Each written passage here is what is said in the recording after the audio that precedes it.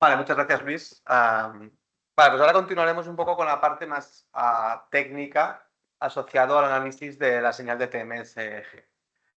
En este caso nos hemos centrado principalmente en análisis, es decir, dentro de las tres líneas de los tres registros que se realizan, he comentado a mi compañero Luis, de la descarga consecuente, el protocolo auditivo Oddball y el TMS. Bueno, pues yo me centro en lo que es la definición de la metodología asociada a este tipo de señales, porque ahora, como vemos, tienen asociadas unas complicaciones o un reto metodológico que nos ha hecho trabajar, digamos, dar tinta para poder obtener unos resultados que después iremos viendo en las siguientes sesiones. Básicamente lo que ha comentado Luis es que se realizan una serie de disparos de pulsos de estimulación magnética transcranial a la vez que se está registrando la señal de eje, es decir, la señal eléctrica a nivel del cráneo. ¿Qué nos permite? Bueno, pues lo que hemos dicho, una evaluación directa de la excitación o inhibición cortical, una comprensión más profunda de la plasticidad cortical, es decir, a través del estudio de las oscilaciones del eje, pues podemos tener esta caracterización más profunda, ¿vale?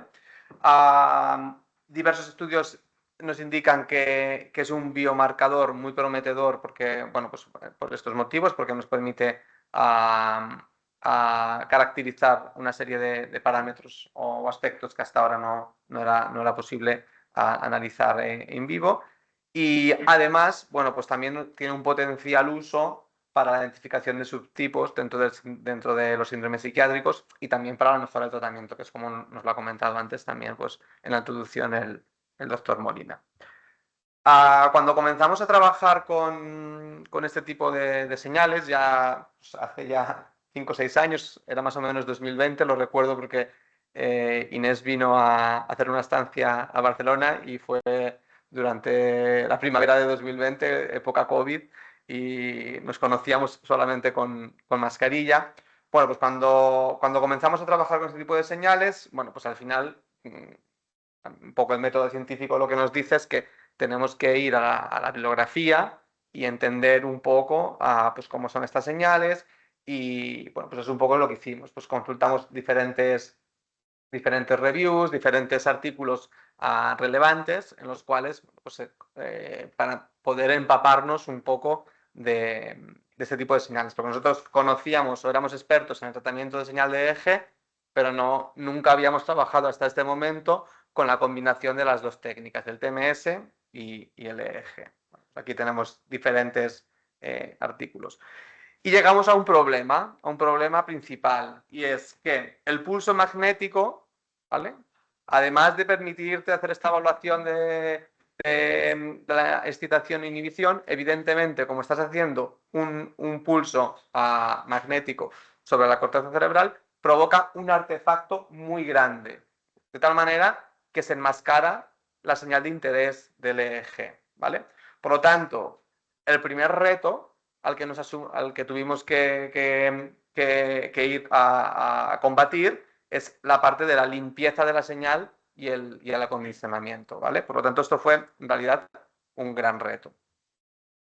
Para que nos hagamos una idea, esta es una señal de G, es un pulso, ¿vale? Entonces podéis ver que la escala de amplitud en microvoltios va desde 8.000 hasta menos, bueno, sí, desde 8.000 a menos 12.000, por ejemplo. Los que soléis trabajar con EG o conocéis el rango de amplitudes en los que se mueve el EEG, normalmente siempre decimos que más o menos 70, 100 microvoltios es un artefacto, ¿vale? Por lo tanto, lo que estamos aquí viendo es que es un artefacto de varios órdenes de magnitud más grande. Si yo hago aquí un zoom y ese recuadro está mal hecho, porque tendría que ser en realidad una línea, si yo hago un zoom y lo representamos ahora aquí a la derecha, bueno, pues podemos ver con esta variación más pequeña, ¿vale? Este artefacto tan grande lo que supone. Para ello, pues, ¿qué es lo que tuvimos que hacer? Pues, evidentemente, como hicimos anteriormente, pues consultar la bibliografía, ¿vale? Entonces, bueno, pues lo que vimos, consultamos las fuentes bibliográficas de gente que tenía mucha experiencia, que estaba muy citada, que tenía experiencia también en otros campos, y bueno, pues fuimos viendo diferentes algoritmos que se utilizaban para corregir o para condicionar la señal de TMS-eje. Y aquí también nos encontramos con otro problema. Hay diferentes algoritmos. Por ejemplo, aquí he puesto algunos ejemplos, ¿vale? Tenemos el TMSG, TESA, ARTIS. Son 3 algoritmos diferentes que se utilizaban o se utilizan para resolver el mismo problema. A veces hay combinación de ellos, ¿vale? Por lo tanto, también tuvimos que hacer una interpretación de toda la metodología que se estaba llevando a cabo en estos trabajos para proponer, en base a toda esta experiencia, bueno, pues nuestro algoritmo de preprocesado de la señal. Y en este sentido, bueno, pues Gemma, que después presentará una serie de resultados, pues ella ha dedicado su TFM, lo dedicó a este tema, y parte de su tesis también, una gran parte de su tesis está dedicada a este tema. De tal manera que, bueno, llegamos a un punto en estas referencias ya son un poco más recientes, en las cuales, bueno, pues si comparamos estos pipelines, estos flujos de métodos aplicados a nivel comparativo, y lo comparamos con nuestros propios métodos, bueno, pues vemos que estamos un poco en la senda correcta y en la línea. Evidentemente no nos habíamos separado mucho, ¿vale? Pero sí que hay cierto grado de interpretación, de adaptación a tus propios datos y demás. Bueno, pues simplemente pues demostrar que sobre todo este trabajo pues hay una base muy importante. Este es el diagrama de flujo que seguimos para hacer el preprocesado de los datos, y ahora brevemente voy a ir entrando en alguno de los puntos. Creo que no tengo ninguna fórmula, ¿vale? Pues, es decir, que trataré de explicarlo de una manera entendible y sencilla. Entonces, el primer paso fue la segmentación en épocas. Una manera habitual de trabajar con la señal, cuando se trabaja con el preprocesado de la señal de eje, es trabajar con toda la señal en continuo. Si tienes 5 minutos de señal espontánea, pues trabajas con toda la señal. Si tienes, yo qué sé, 13 minutos, como es en el caso del auditorio Oddball, pues trabajas con toda la señal. ¿Por qué? Porque no tienes una fuente de artefactos tan grande como en este caso. ¿Por qué tuvimos que hacer, digamos, que hacer algo que no estábamos acostumbrados a hacer? ¿Por qué tuvimos que hacer primero la segmentación en épocas? Porque necesitábamos eliminar primero este artefacto para que el resto de métodos, digamos, conocidos o habituales que estábamos más habituados a utilizar, pudieran ser aplicados sin que nos contaminase toda la señal. Por lo tanto, lo primero que hicimos fue realizar la segmentación en épocas. Y en este caso, bueno, pues lo que se hacía es buscar el pulso TMS, a partir de estaba correctamente marcado, es decir, el equipo de TMS te da una marca temporal, por lo tanto en el EEG tienes una etiqueta temporal donde está el pulso del TMS, y seleccionamos unas épocas con una ventana desde un segundo previo y un segundo posterior, ¿vale? En este caso, con que teníamos protocolos SICI y LICI, y tenemos dentro de SICI single pulse, pair pulse, y dentro de LICI single pulse y pair pulse, pues también, tuvimos que, a la hora de hacer la segmentación en épocas, pues tener en cuenta también este tipo de etiquetas o de características, ¿vale? Por lo tanto, aquí tendríamos lo que sería, en este caso, es un LICI pair pulse, porque tenemos 2 pulsos, y de momento no hemos hecho más que segmentar toda la señal en pequeños trocitos. El siguiente paso fue eliminar ese artefacto tan grande asociado a la estimulación magnética transcraneal, ¿vale? En este caso lo que hicimos es seleccionar una ventana muy pequeña, desde -2 milisegundos previos al estímulo hasta 10 milisegundos posteriores al estímulo. se eliminó directamente esos trocitos de señal y se realizó una interpolación cúbica, ¿vale? Para reconstruir la señal. Es decir, a partir de lo que había antes y lo que había después, entre comillas, te inventas, ¿no? Es decir, a través de fórmulas matemáticas, estimas la señal que tendría que haber en ese sitio donde había un artefacto tan grande que no te permitía ver nada. Pero, aparte de quitar ese artefacto tan grande, es decir, el resto de señal, lo que hay posterior a estos 10 milisegundos, también seguía contaminado. Es decir, la contaminación ya no era un nivel, es decir, no estamos hablando de que teníamos unos niveles de amplitud tan grandes, pero aún hay fuentes de artefacto. Algunas de las fuentes de artefacto pues, más comunes que nos podemos encontrar, bueno, pues el pulso del TMS, como hemos dicho, un artefacto de descarga, ¿vale? Tenemos también un artefacto de recarga, ¿vale? Serían, no sé si aquí con el ratón no lo ves, es que se puede señalar con este o...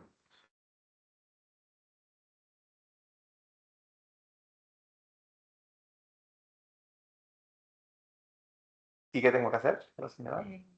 Yo creo que no señala. No está señalando. Vale, ahora. Vale, bien, perfecto. Vale, pues tenemos este artefacto de descarga que le vemos aquí, esta parte de aquí, que es como después de una señal tan grande, es decir, pues si tú cortas en un punto, pues podías estar aquí arriba del todo o aquí abajo del todo. Por lo tanto, cuando haces luego esta interpolación, pues tienes aquí un problema asociado. Esta parte de aquí de recarga. Tenemos también un artefacto muscular, bueno, pues porque este impulso magnético pues también afecta pues, de una manera muscular, entonces también pues tenemos este artefacto muscular. Tenemos un artefacto de parpadeo, ¿vale? Porque prácticamente después de cada estimulación se provoca, haces un parpadeo, ¿vale? Y bueno, pues tenemos diferentes tipos de artefactos. Por lo tanto, bueno, pues lo que hicimos fue aplicar una de las técnicas que conocemos y que trabajamos con ellas previamente en el análisis de EEG, que son las componentes independientes, ¿vale? Un análisis por componentes independientes. De esta manera, lo que se hace, se descompone la señal en diferentes componentes que son independientes y ortogonales entre sí, de tal manera que ahora cada una de estas componentes, ¿vale? Podemos llegar a asociarla con que con que tiene una carga, digamos, entre comillas, más cerebral, o si está asociada más con un artefacto, ¿vale? Por ejemplo, en este caso de aquí, ¿vale? Pues esto es un artefacto relacionado con la fase sensitiva, es decir, por el hecho de que cuando hay un impulso del TMS, hay un sonido, se escucha la bobina como carga y como hace... Sí. Y entonces esta parte de aquí sería esto. Aquí tenemos un artefacto relacionado con la parte ocular, por ejemplo, ¿vale? Entonces aquí también vemos, aquí podemos ver los parpadeos. Esta señal de aquí representa la señal del tiempo y esta de aquí la señal de frecuencia y esta parte de la topografía. Bueno, pues a partir de este análisis de ICA, de componentes independientes, bueno, pues se hace esta descomposición y necesitamos 3 expertos, ¿vale? Para hacer la selección de componentes. Podéis también comprender que esto es un trabajo arduo y bastante cansado, porque al final, bueno, pues tienes que ir revisando diferentes componentes de diferentes señales y es algo, bueno, pues que acaba siendo cansado. ¿Por qué se utilizan 3? Es un gol estándar, digamos, se suele... porque si utilizáramos solo uno, pues tendríamos el criterio de un único clínico o investigador, es decir, funciona cuando tenemos 3, normalmente luego te quedas con las comunes, entonces como una manera de hacer como esta selección más robusta. Una vez que hemos hecho la selección de las componentes identificadas como artefacto, pues se eliminan, ¿vale? Esas componentes no se utilizan y se recompone la señal sin esos artefactos, ¿vale? De tal manera que ahora nos encontramos con lo que podemos más o menos estimar que es una señal limpia. A pesar de ello, bueno, pues veis por aquí que todavía tenemos, esto representa, se ve fatal, representa los canales del 1 al 10, del 10 al 20, canales del eje del 20 al 30, bla, bla, bla. Bueno, pues tenemos algunos, tenemos que aún en la señal tenemos todavía, no está todavía totalmente limpia del todo. Bueno, pues se aplican una serie de filtrados, que no entraremos a ello, también diezmamos la señal para que no ocupe tanto, es decir, porque estaba registrada con una frecuencia de muestreo muy grande, bueno, porque era necesario en ese momento. Y llegamos al último punto, que es a partir de una serie de criterios estadísticos, nosotros lo que hacemos es detectar canales artefactuados, lo que llamamos como bad channels, y detectar, por ejemplo, en este caso, pues podríamos ver que aquí tenemos un bad channel, y entonces después, de a pesar de este criterio, pues ya no tenemos esta actividad de este canal, que era un canal problemático. Y ese mismo canal lo que se hace es con que en el eje tenemos mucha redundancia y en este caso tenemos 64 canales, por lo tanto están muy cercanos. Ese canal que hemos detectado que es artefactuado porque hacía un mal contacto o por algún otro motivo, pues se interpola con los vecinos, ¿vale? A través de una serie también de pesos, se interpola.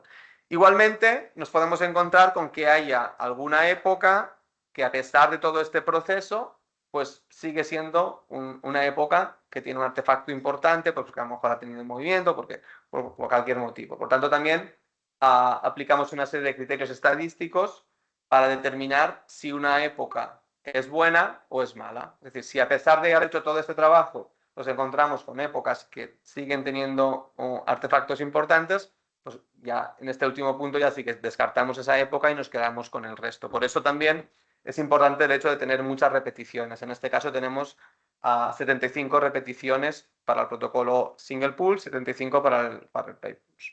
¿Vale? Bueno, pues una vez visto, así muy por encima, y ya os he dicho, sin fórmulas matemáticas, el preprocesado que se ha hecho con la señal de TMS-eje, pues lo que tendremos es una señal que podemos considerar limpia, ¿vale? Entonces, el siguiente paso que realizamos es promediar todos los trials que nos han quedado limpios, todas las épocas que nos han quedado limpias, para obtener lo que se conoce como TMS Evoke Potential o T, ¿vale? Por lo tanto, aquí lo que obtendremos es una señal que varía a lo largo del tiempo, en la cual, pues en el baseline, pues tendremos una actividad muy cercana al cero, porque es la actividad de reposo, y a partir del impulso, que sería este punto de aquí, pues la bibliografía nos dice que hay una serie de ondas que están bien caracterizadas que tenemos que encontrar. Pues tenemos un potencial negativo que es el N45, que es aproximadamente a 45 milisegundos, un potencial positivo aproximadamente a los 60 milisegundos, otro potencial negativo aproximadamente a los 100 milisegundos y después un potencial positivo también entre 140 a 200 milisegundos, ¿vale? Y esto es lo que la bibliografía nos dice que deberíamos encontrar. Y esto es lo que nosotros hemos encontrado, es decir, después de hacer este proceso de limpieza de la señal, bueno, pues en este caso nos encontramos con el grupo de sujetos de control y el grupo de pacientes, y bueno, pues el protocolo single pulse y el protocolo per pulse, ¿vale? Es un ejemplo, y es la media de todos los controles bueno, está extraída de uno de nuestros estudios. Pero aquí lo importante, por ejemplo, es decir, ¿y esta señal que hemos obtenido aquí es similar o se parece a lo que la bibliografía nos dice que tenemos que encontrar o lo que, digamos, pensamos que tendríamos que encontrar? Si yo hago aquí, así de una manera, superponiendo estas señales, bueno, pues vemos que sí que se parece, ¿vale? Y por lo tanto, estamos, en cierta manera, dentro de... o al menos es como un apoyo, ¿no? Una palmadita en la espalda diciendo, bueno, pues parece que el proceso de limpieza de la señal está yendo por buen camino.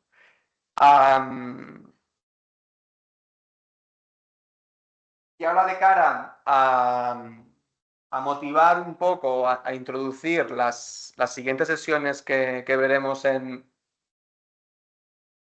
durante la tarde de hoy, bueno, pues voy a hacer una pequeña introducción sobre formas en las cuales podemos analizar esta señal. Es decir, como os he dicho, tendríamos los TEPS, que sería este promedio de todos los trials, de todas las épocas, ¿vale?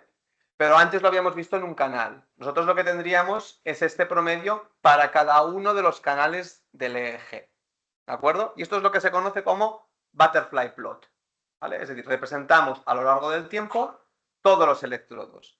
En realidad este ejemplo lo uso en mis clases en la Universidad Politécnica y esto se corresponde con señales de este proyecto, pero de la parte auditivo del protocolo Oddball. Por lo tanto, ¿qué es lo que podemos hacer? Nosotros podemos seleccionar de aquí un único electrodo o una región de electrodos, es decir, pues si me quiero centrar en la región dorsolateral prefrontal, vale, pues voy a coger una serie de electrodos en este área. Entonces cojo estos electrodos, uno o varios, y puedo hacer un promedio de tal manera que puedo tener un single plot, es decir, una representación de esta región y demás. Y esto, por ejemplo, pues después veremos este tipo de representaciones. Pero también podría hacer otra cosa. Yo podría coger una ventana temporal, definir una ventana temporal, promediar la actividad a nivel temporal en esta ventana y representar una actividad topográfica. Es decir, en este caso ahora cada punto es un canal y cada punto se correspondía con una de estas señales, ¿vale? Por lo tanto, son dos representaciones complementarias a partir del mismo origen, que era este butterfly plot.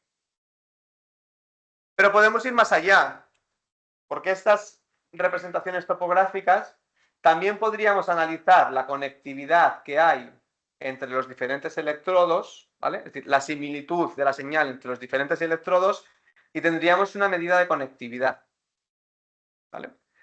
Esta medida de conectividad podríamos hacer análisis, aplicarle la teoría de grafos, la teoría de redes, y podríamos hacer pues, medidas de grafos y podríamos caracterizar la red cerebral pues, en función de una serie de criterios.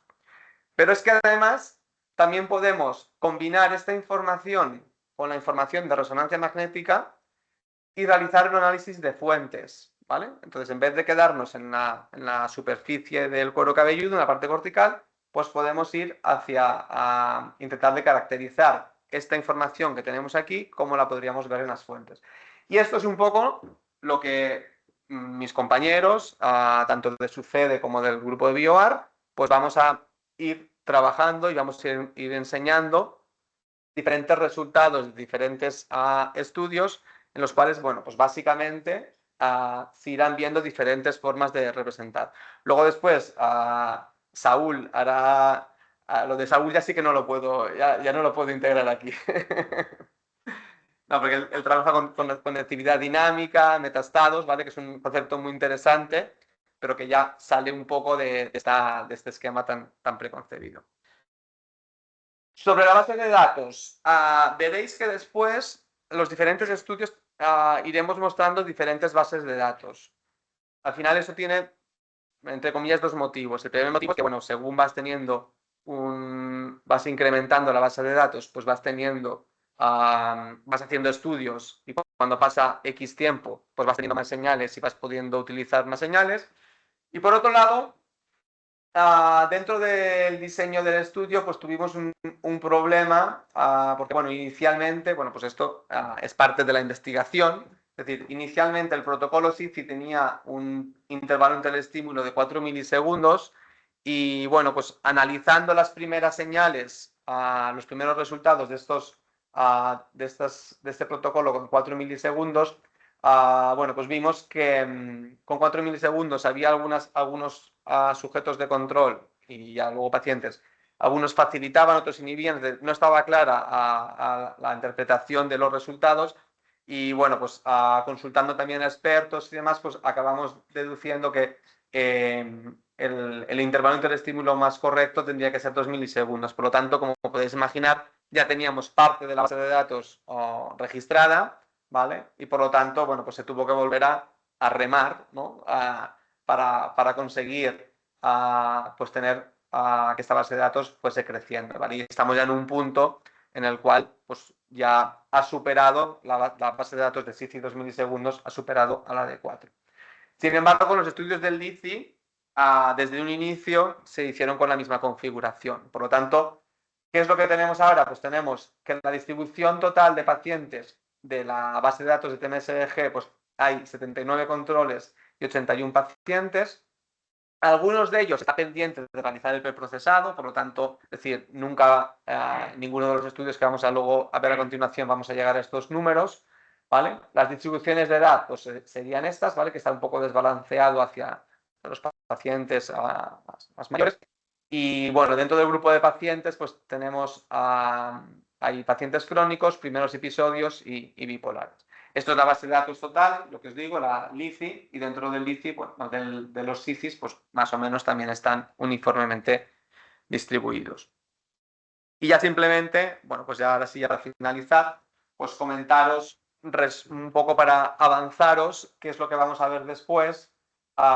Después yo mismo voy a tratar de analizar pues, a los estudios de conectividad y complejidad con la TMS, ¿vale? Y para esto, bueno, pues aplicarán tanto base de datos de SICI como de LICI. Después Emma nos hablará también de la modulación, de la actividad cerebral que nos ha comentado antes Vicente y su relación también con el TMSG, y en este caso pues utilizará la combinación de estas dos bases de datos. Gemma lo que trabajará es con mirando las diferencias en los perfiles de inhibición entre SICI y LICI. Por lo tanto, para ello utilizará tanto SICI como LICI el protocolo PER-Pulse. Saúl nos hablará de los metastados y la conectividad dinámica. Para ello ha utilizado la base de datos de SICI Single Pulse. Y por último, pues Ricardo nos explicará sus resultados en análisis de fuentes, y para ello ha trabajado con la base de datos de SICI, Single Pulse y PER Pulse. ¿Vale?